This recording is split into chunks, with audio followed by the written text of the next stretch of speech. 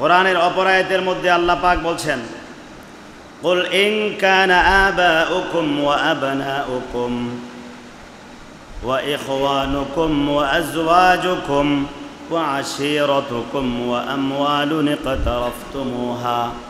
হে নবী, আপনি বলে দেন, ইন কানা আবাউকুম ওয়া আবনাউকুম, তোমাদের বাপ দাদা যারা আছে, ওয়া আবনাউকুম, তোমাদের সন্তান সন্ততি, ওয়া ইখওয়ানুকুম, তোমাদের ভাই, ওয়া আজওয়াজুকুম, তোমাদের স্ত্রীগণ, ওয়া আশীরাতুকুম, তোমাদের বংশের গোষ্ঠীর মানুষগুলো, ওয়া আমওয়ালুন ইকতারাফতুমুহা, এবং ওই সকল সম্পদ যে সম্পদগুলো তোমরা কামাই করেছো, ওয়া তিজারাতুন তাখশাউনা কাসাদাহা, এবং ওই ব্যবসা যেই ব্যবসার তোমরা লসের ভয় করো, ওয়া মাসাকিনু তারদাউনাহা, এবং ওই বাড়িঘর যেগুলির প্রতি তোমরা খুব খুশি। এই সব কিছুর চাইতে তোমাদের মহব্বত যদি আল্লাহ এবং তার রাসূলের প্রতি বেশি না হয়, বরং এই সকল বিষয়গুলোর প্রতি তোমাদের মহব্বত যদি বেশি থাকে, বাপ দাদাদের প্রতি, সন্তান সন্ততির প্রতি, স্ত্রীদের প্রতি, বংশের মানুষদের প্রতি, যেই সম্পদ কামাই করেছেন সেই সম্পদের প্রতি, এবং ওই ব্যবসা বাণিজ্য যেটার মন্দা হওয়ার আশঙ্কা করেন এটার প্রতি যদি ভালোবাসা বেশি থাকে আল্লাহ এবং রাসূলের চাইতে, তাহলে আল্লাহ পাক বলেন, আহাব্বা ইলাইকুম মিনাল্লাহি ওয়া রাসূলিহি, আল্লাহ এবং তার রাসূলের চাইতে যদি মহব্বত এই সকল বস্তুদের বেশি থাকে তোমাদের দিলের ভিতরে, ওয়া জিহাদিন ফি সাবিলিহি, এবং আল্লাহর রাস্তায় জিহাদ করার চাইতে যদি এগুলার প্রতি বেশি মহব্বত থাকে, তাহলে আল্লাহ বলেন, ফাতারাব্বাসু হাত্তা ইয়াতি আল্লাহু বিআমরি, তাহলে অপেক্ষা করতে থাকো, আল্লাহ পাকের আদেশ অচিরে আসবে, আযাবের আদেশ, আল্লাহর আযাবের বিপদের আদেশ আসার অপেক্ষা করতে থাকো, বিপদ অচিরে আসবে।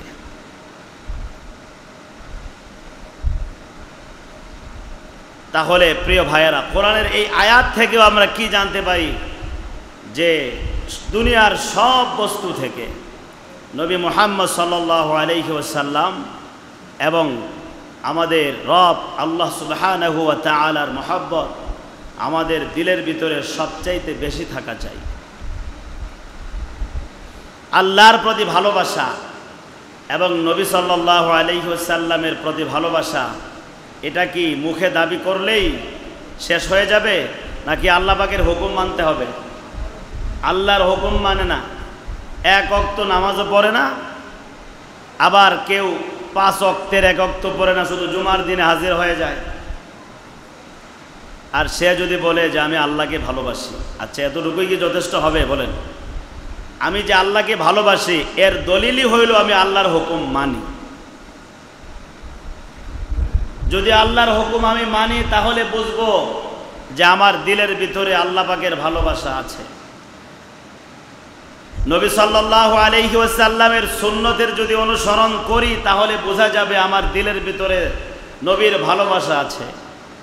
আল্লাহর হুকুমও মানার কোনো খবর নাই, সুন্নতে রাসূল সাল্লাল্লাহু আলাইহি ওয়াসাল্লামের অনুসরণেরও কোনো খবর নাই, শুধু মুখে বলতেছি যে আল্লাহর ভালোবাসা আমার দিলে ভরা, নবী সাল্লাল্লাহু আলাইহি ওয়াসাল্লামের ভালোবাসা আমার দিলে ভরা। এই দাবি তখন সত্য হিসেবে প্রকাশ হবে না, মিথ্যা বলেই গণ্য হবে। এজন্য প্রিয় ভাইয়েরা, আর এই শুধু দাবির দ্বারাই মুক্তি পাওয়া যাবে না। আল্লাহর আদালতে যখন আমরা যাব, মুক্তি পাইতে হলে আমাদের বাস্তব আমল আমাদের জীবনে থাকতে হবে, বাস্তব আমল আমাদের দেখাই দিতে হবে যে আমরা আসলে আল্লাহ তাআলাকে ভালোবাসি, নবী সাল্লাল্লাহু আলাইহি ওয়াসাল্লামকে ভালোবাসি। সাহাবায়ে কেরাম রাদিয়াল্লাহু আনহুম ওনারা দেখিয়েছেন, ওনারা যে আল্লাহ এবং তার রাসূলকে সবচাইতে বেশি ভালোবেসেছেন দেখিয়েছেন। বাস্তব জীবনে ওনারা দেখিয়েছেন যে ওনারা আসল অর্থেই, শুধু দাবি না, এখন তো শুধু দাবি, আমল, আসল অর্থে আমল নাই। সাহাবায়ে কেরাম বাস্তব অর্থেই দেখিয়েছেন যে তারা তাদের জীবনের চাইতে রাসূল সাল্লাল্লাহু আলাইহি ওয়াসাল্লামকে বেশি ভালোবাসেন।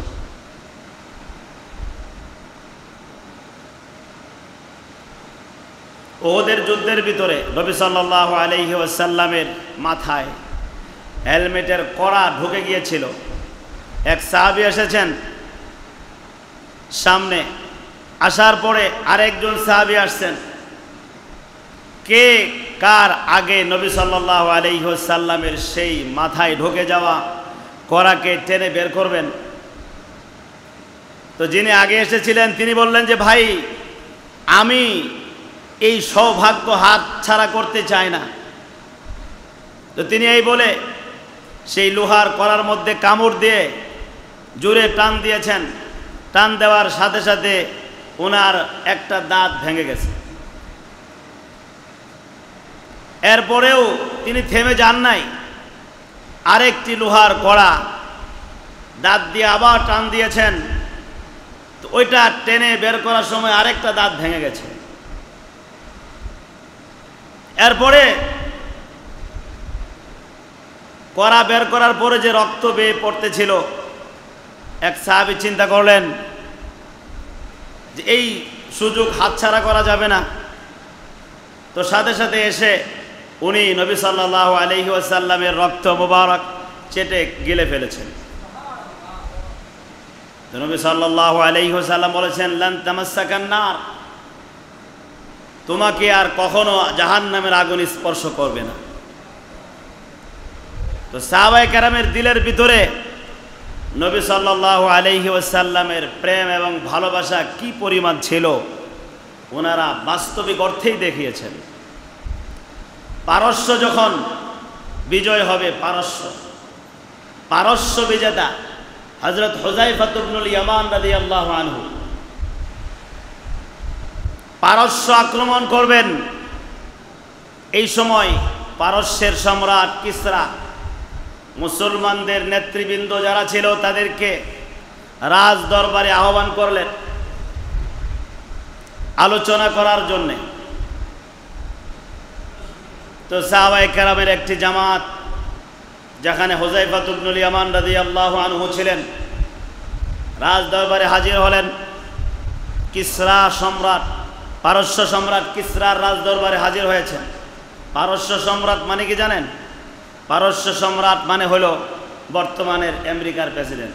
আমেরিকার প্রেসিডেন্টদের সবাই কি করে এখন? সারা পৃথিবীর নেতা মনে করে না, তার কথায় উঠে বসে, তাকে নাকশ করা যাবে না, বেজার করা যাবে না, তো সমস্যা সৃষ্টি হয়ে যাবে। তৎকালীন সময়ে রোম পারস্য এই দেশের সম্রাটগুলো ছিল দাপটশালী সম্রাট। তো পারস্য সম্রাট কিসরার রাজ দরবারে উপস্থিত সাহাবায়ে কেরামের জামাত, তাদের জন্য মেহমানদারির ব্যবস্থা করা হয়েছে। ঢোকার পরে খানা পরিবেশন করা হলো। খানা খাওয়ার সময় হযরত হুযায়ফা ইবনুল ইয়ামান রাদিয়াল্লাহু আনহুর হাত থেকে কিছু খানা নিচে পড়ে গিয়েছে। খানা পড়ে যাওয়ার পরে হুযায়ফা ইবনুল ইয়ামান রাদিয়াল্লাহু আনহুর দিলের ভিতরে নবীর সুন্নতের কথা মনে পড়ে গেছে, যে নবী সাল্লাল্লাহু আলাইহি ওয়াসাল্লাম তো বলেছেন যে কোনো খানা যদি নিচের দিকে পড়ে যায় খাওয়ার সময়, তাহলে সেই খানা তোমরা নষ্ট করবে না, বরং সেটা উঠিয়ে সাফ করে তোমরা ওটা খেয়ে ফেলবে। কেননা তোমাদের জানা নাই কোন খানার ভিতরে, খানার কোন অংশের ভিতরে আল্লাহ পাক বরকত রেখেছেন, সেটা তো জানা নাই। এমনও হতে পারে যে খানার অংশ পড়ে গেছে ওইটার ভিতরে পুরা খানার বরকত ছিল আর ওইটাই তোমার খাওয়া হয় নাই। তো এই সুন্নতের কথা মনে পড়ার পরে হুযায়ফা ইবনুল ইয়ামান রাদিয়াল্লাহু আনহু যখন পড়ে যাওয়া খানা উঠাইতে প্রস্তুতি নিচ্ছিলেন এবং নিচের দিকে ঝুঁকা শুরু করলেন, তখন পার্শ্ববর্তী একজন ইশারায় বললেন যে এটা তো কিসরার রাজ দরবার, এখানে যদি আপনি পড়ে যাওয়া খানা উঠান তাহলে তো তারা আমাদেরকে অসামাজিক মনে করবে এবং ভদ্র জাতি হিসেবে নিবে না। তো আজকের দিনের জন্য হলেও এই আমলটা ছেড়ে দেওয়া যায় না। হুযায়ফা ইবনুল ইয়ামান রাদিয়াল্লাহু আনহু তিনি তখন যে জবাব দিয়েছিলেন ইতিহাসের পাতায় স্বর্ণাক্ষরে লেখা আছে। তিনি বলেছিলেন যে আতরুকু সুন্নাত হাবিবি সাল্লাল্লাহু আলাইহি ওয়াসাল্লাম লিহাউলাইল হুমাকা, আরে আমি কি আমার প্রিয় হাবিব মুহাম্মদ সাল্লাল্লাহু আলাইহি ওয়াসাল্লামের সুন্নতকে ছেড়ে দিব এই সকল আহমক আর নির্বুদ্ধের জন্য? কি উত্তর দিয়েছিলেন? হুযায়ফা ইবনুল ইয়ামান রাদিয়াল্লাহু আনহুর উত্তর অন্তরের ভিতরে স্বর্ণাক্ষরে লিখে রাখেন।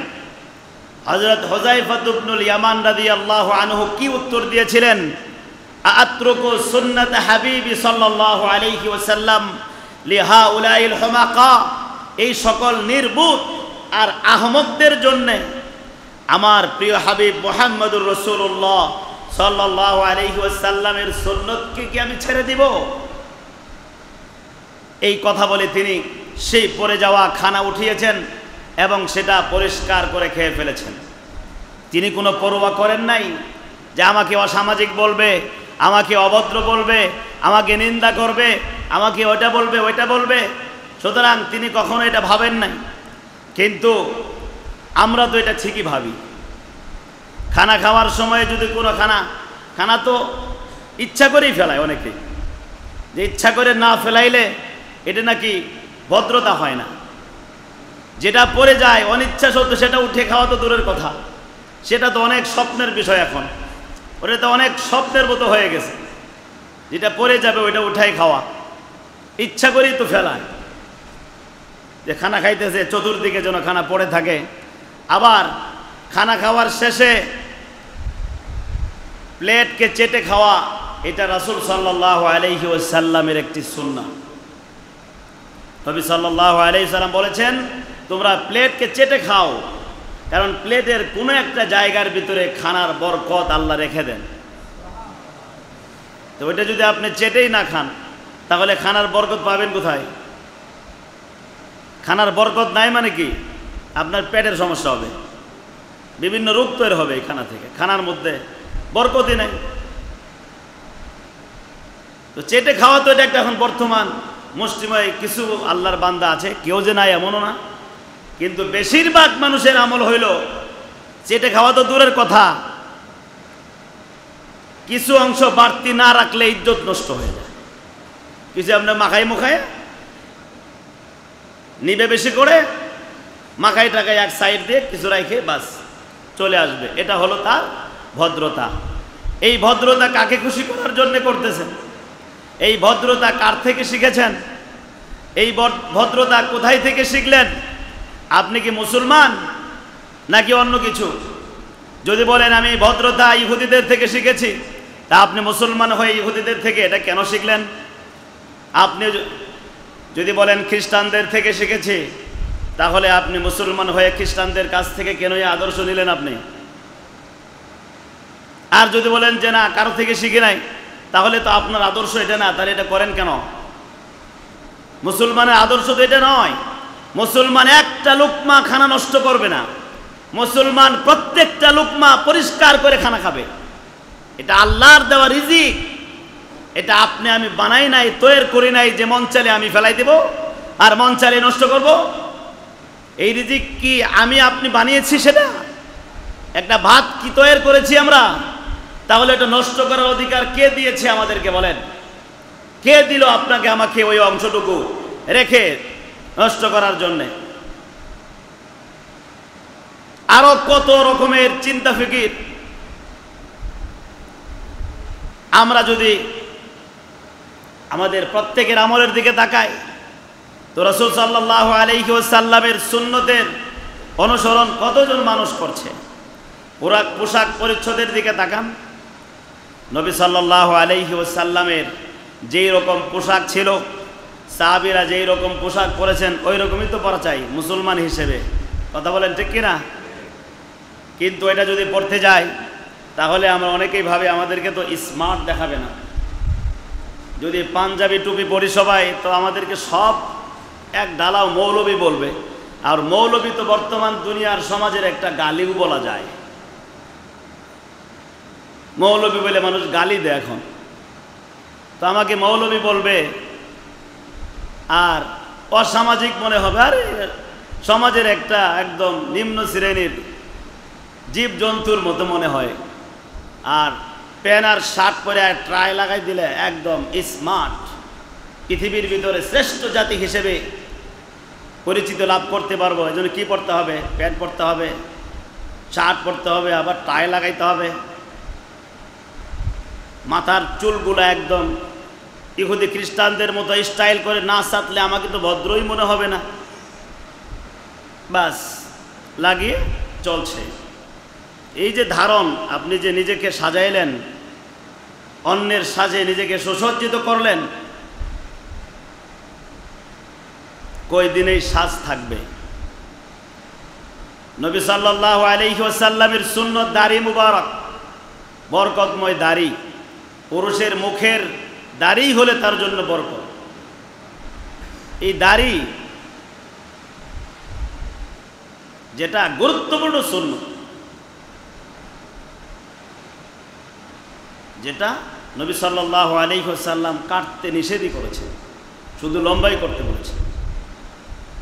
এক মুষ্টির নিচে কাটা ছাটা এগুলি কেউ দেখাইতে পারবে?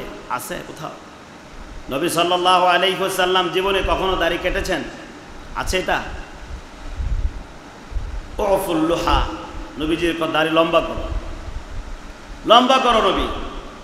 নবী সাল্লাল্লাহু আলাইহি ওয়াসাল্লামের বক্তব্য এটাই, দাড়ি লম্বা করো। আর মুজ খাটো করো, মুজ রাখে এই বড় বড় করে লম্বা, এই বড় বড় মুজ রাখে, দাড়ি কাটতে কুটতে একদম ক্লিন বাড়িয়া লাগে, ক্লিন দিয়ে ফেলছে, দাড়ি একদম ক্লিন, আর মুছ রাখে বড় বড় করে। মানে নবী যা বলেছেন তার বিপরীত করতে হবে। আর সাহাবায়ে কেরামের আমল পাওয়া যায় যে ওনারা এক মুষ্টির উপরে হলে কেটেছেন, এক মুষ্টির ভিতরে কাটেন নাই কোনো সময়। অনেকেই দাড়ি রাখে কিন্তু সাইডে সাইডে রাখে, এক মুষ্টির নিচে চলে যায়, একটু একটু করে রাখে। এটা আবার কোন স্টাইল?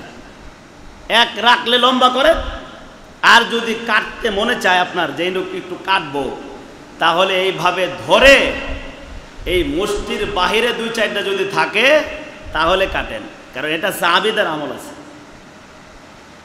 আলাইকুম বিসুন্নতি ওয়া সুন্নাতিল খুলাফায়ে রাশিদিন আল মাহদিয়্যিন, তোমাদের জন্য আমার সুন্নত অনুসরণ করা এবং আমার খুলাফায়ে রাশিদিন সাহাবীদের সুন্নত অনুসরণ করা বাধ্যতামূলক, জরুরি। তো নবী সাল্লাল্লাহু আলাইহি ওয়াসাল্লাম তো দাড়ি কাটেন নাই, দাড়ি শুধু লম্বাই করতে বলেছেন। আর কাটার যেই বিষয়টা, এটা সাহাবীদের থেকে পাওয়া যায়। তা ওনারা কতটুকু কেটেছেন? এক মুষ্টির বাহিরে একটু একটু যদি বের হয়ে থাকে তাহলে কেটেছেন।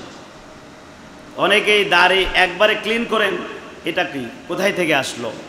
আবার অনেকেই রাখেন, একটু একটু করে রাখে। এটা রাখা আর ক্লিন করা এক সমান, একটু রাখা আর ক্লিন করা এক সমান, দুইটার গুণ এক সমানই হবে, বেশি করে রাখতে হবে। যেভাবে রাখার জন্য রাসূল সাল্লাল্লাহু আলাইহি সাল্লাম এবং সাহাবীদের আদর্শ আছে ওইভাবেই রাখতে হবে। তাহলে বোঝা যাবে আপনি আশিকে রাসূল, রাসূল সাল্লাল্লাহু আলাইহি ওয়াসাল্লামের ইশক এবং ভালোবাসা দিলের মধ্যে আছে। মারা যাবেন, কি নিয়ে মারা যাবেন? আলামত কি? দাড়ি তো থাকবে, আর কিছু থাকবে? কিছু থাকবে না। মানুষ যখন মারা যায়, পুরুষ যখন মারা যায়,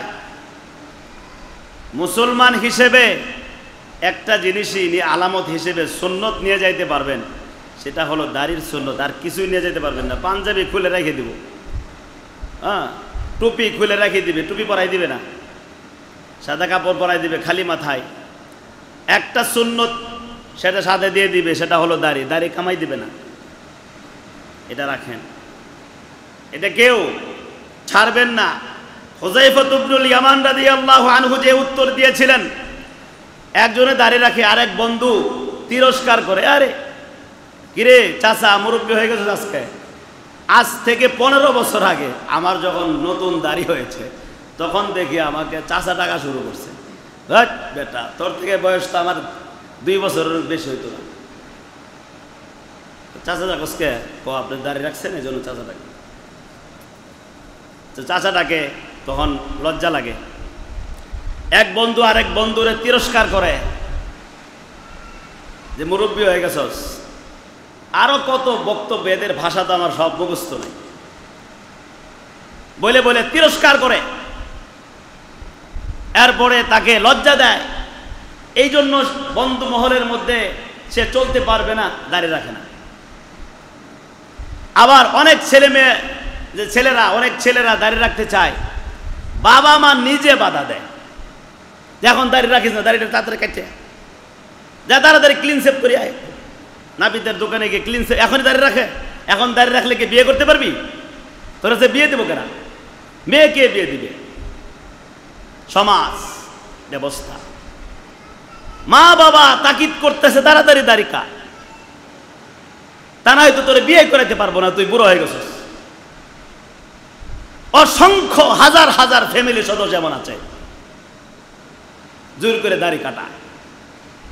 অনেক ছেলেরা বাবা মার সঙ্গে আন্দোলন করে দাঁড়িয়ে রাখে, যে আমি দাঁড়িয়ে রাখবো না, আমাকে যা মনে চাই তা করো। অনেক প্রমাণ আছে। প্রিয় ভাইয়েরা, এই যে অবস্থাটা আমাদের, আমরা কি নিয়ে হাজির হব আল্লাহর কাছে? এজন্য তো আল্লাহর কাছে দোয়া করি আমরা, দোয়া কবুল হয় না। দেখেন না বিপদ আপদ কত আসতেছে, দোয়া তো কম হইতেছে না। দোয়া এগুলো যায় কই? দোয়ার প্রতিফল তো আমরা দেখতেছি না। এই যে সারা পৃথিবীতে বাইর খাইতেছে মুসলমানরা, কত জুলুম নির্যাতন, বাংলাদেশে হাই অবস্থা, কি বেগতিক অবস্থা। কম দোয়া হইতেছে, দোয়া তো একটাও কাজ হইতেছে না। কাজ হবে কেমনে? কাজ হওয়ার রাস্তাই তো বন্ধ করে রাখছি আমরা। কাজ কিভাবে হবে? হবে না, কয়ে লাভ নাই, কাজ হবে না। যেটা হওয়ার রাস্তা, ওই রাস্তা বন্ধ। যে রাস্তা দিয়ে দোয়া যাবে আল্লাহর আদালতে, আল্লাহর কাছে, ওটা তো রাস্তা বন্ধ করে রাখছে। এটা সাহাবায়ে কেরাম রাদিয়াল্লাহু আনহুম আল্লাহর কাছে যা দোয়া করতেন আল্লাহ পাক সাথে সাথে দেখাই দিতেন। দেখেন না ইতিহাসের মধ্যে, যুদ্ধের ময়দানে গেছেন, ফেরেশতার জামাত চলে আসছে, অল্প সাহাবী, এত বিশাল কাফের সৈন্যের সঙ্গে পারবে না। আল্লাহ ফেরেশতা পাঠাই দিয়েছেন যে তাড়াতাড়ি গিয়ে যোগ হয়, মুসলমানদের সাথে যোগ হয়ে মারতে থাক, মারতে থাক। তো বাস লক্ষ লক্ষ কাফেরদের বিরুদ্ধে কয়েক হাজার মুসলমান টিকতে পারবে? কিন্তু বিজয় লাভ তারা করে ফেলেছে। বিজয় দান করেছেন কে? স্বয়ং ফেরেশতা পাঠিয়ে আল্লাহ বিজয়ের ব্যবস্থা করছেন। ফেরেশতাদের সঙ্গে পারবে তারা? আর এখন দোয়াই কবুল হয় না, ফেরেশতা আসা তো দূরের কথা। সাহাবায়ে কেরাম আল্লাহর কাছে যা বলেছেন সেটা তো আল্লাহ কবুল করেছিলেন। এমনকি জীবজন্তুগুলাও সাহাবীদের কথা শুনেছে। উকবা ইবনে নাফি', ওনার ঘটনা ইতিহাসের পাতায় লেখা আছে। আফ্রিকার জঙ্গলের মধ্যে গিয়েছিলেন না, ভয়ঙ্কর জঙ্গল, রাত্রি যাপন করবেন কোথায়? আফ্রিকা অভিযান যখন করেছিলেন তখনকার ঘটনা এটা। জঙ্গলের ভিতরে গিয়ে ঘোষণা করছিলেন, আইয়াতুহাল হাশারাত ওয়াস সিবা, হে জঙ্গলের হিংস্র আর কীটপতঙ্গগুলো, তোমরা এখান থেকে বের হয়ে যাও। ফারহালু আন্না ফাইন্না নাজিলুন, তোমরা এখান থেকে বের হয়ে যাও, আমরা এখানে রাত্রি যাপন করব, অবস্থান করব। ঘোষণা হয়ে গেল। এরপরে আবার ধমক মারছেন, বাঘ ভাল্লুক আর বড় বড় অজগর সাপগুলারে ধমক দিয়েছেন, কি ফাইন ওয়াজাদনাহু বাদু কাতালনাহু, এই ঘোষণার পরে যদি জঙ্গল না ছাড়ো খবরদার, তখন কিন্তু তোমাদের কি আর আমরা ছেড়ে দেব না, হত্যা করব। একটু পরে দেখা গেল জঙ্গলের প্রাণীগুলো তাদের বাচ্চাদেরকে কোলে নিয়ে নিয়ে দলে দলে জঙ্গল ছেড়ে সাহাবীদের জন্য নিরাপদে থাকার জায়গা করে দিয়েছে। জঙ্গলে প্রাণীগুলো শুনেছে সাহাবীদের কথা। হযরত আব্দুল্লাহ ইবনে আব্বাস রাদিয়াল্লাহু আনহুর এক ঘটনা ইমাম রাজি রহমতুল্লাহ আলাইহি তাফসিরে কাবীরের মধ্যে উল্লেখ করেছেন। মদিনা শরীফ থেকে আসতেছেন হজের উদ্দেশ্যে মক্কায়, রাস্তার মধ্যে দেখেন পাহাড়ের পাদদেশে কিছু লোক বসে আছে, অপেক্ষা করতেছে। জিজ্ঞাসা করলেন, কি ব্যাপার, এখানে বসে আছো কেন? বললো যে রাস্তার মধ্যে বাঘ বসে আছে, যাইতে পারতেছে না, ভয় লাগতেছে। তো আব্দুল্লাহ ইবনে আব্বাস বললেন, তোমরা থাকো, আমি সামনে যাই। সামনে গিয়ে বাঘের কান ধরে ফেলেছেন, বলতেছেন, নাহনু আসহাবু রাসূলিল্লাহি সাল্লাল্লাহু আলাইহি ওয়াসাল্লাম, আমরা নবীর সাহাবী। এই বলে কান ধরেছিলেন, বাকি মানুষ পার হয়ে গেছে, কান ছেড়ে দিয়েছেন, বাঘ সুন্দর করে নিচে বসে গেছে। এজন্য প্রিয় ভাইরা, আমরাও যদি নবী সাল্লাল্লাহু আলাইহি ওয়াসাল্লামের সুন্নতের অনুসরণ করি, আজও এখনো এগুলি বাস্তব সংগঠিত হওয়া সম্ভব, অসম্ভবের কিছুই নয়। আমরা আমাদের মনে মুক্তাগুলো আমরা হারিয়ে ফেলেছি, আর শুধু মূল্যহীন বস্তুগুলা নিয়ে আমরা নিজেরা গাধার মতো সুয়ার হয়ে চলছি। মনে মুক্তাগুলা আমরা নিজেদের থেকে হারিয়ে ফেলেছি। আব্দুল্লাহ ইবনে মাসউদ রাদিয়াল্লাহু আনহু বলছেন, তোমরা যদি কোনো আদর্শ গ্রহণ করতে চাও তাহলে সাহাবায়ে কেরামের আদর্শ গ্রহণ করো। মান কানা মুস্তান্নান ফালইয়াস্তান্না বিমান ক্বাদ মাত। যে কোনো আদর্শ গ্রহণ করতে চায়, যারা মারা গেছে তাদের আদর্শ যেন গ্রহণ করে। ফা ইন্নাল হাইয়া লা তু'মানু আলাইহিল ফিতনা। যারা জীবিত আছে তাদের ফিতনা যে কোনো সময় ধরতে পারে। আর যারা মারা গেছে তাদের আদর্শ মানে উলাইকা আসহাবু মুহাম্মদ সাল্লাল্লাহু আলাইহি ওয়াসাল্লাম, এরা হলো মুহাম্মদ সাল্লাল্লাহু আলাইহি ওয়াসাল্লামের সাথী। এদের আদর্শ, এদের পদাঙ্ক অনুসরণ করা আমাদের জন্য জরুরি। আল্লাহ রাব্বুল আলামিন আমাদেরকে আজকের কথাগুলো পরিপূর্ণভাবে মেনে চলার এবং আমল করার তৌফিক দান করুন। আমিন। ওয়া আখিরু দাওয়ানা আলহামদুলিল্লাহি রাব্বিল আলামিন।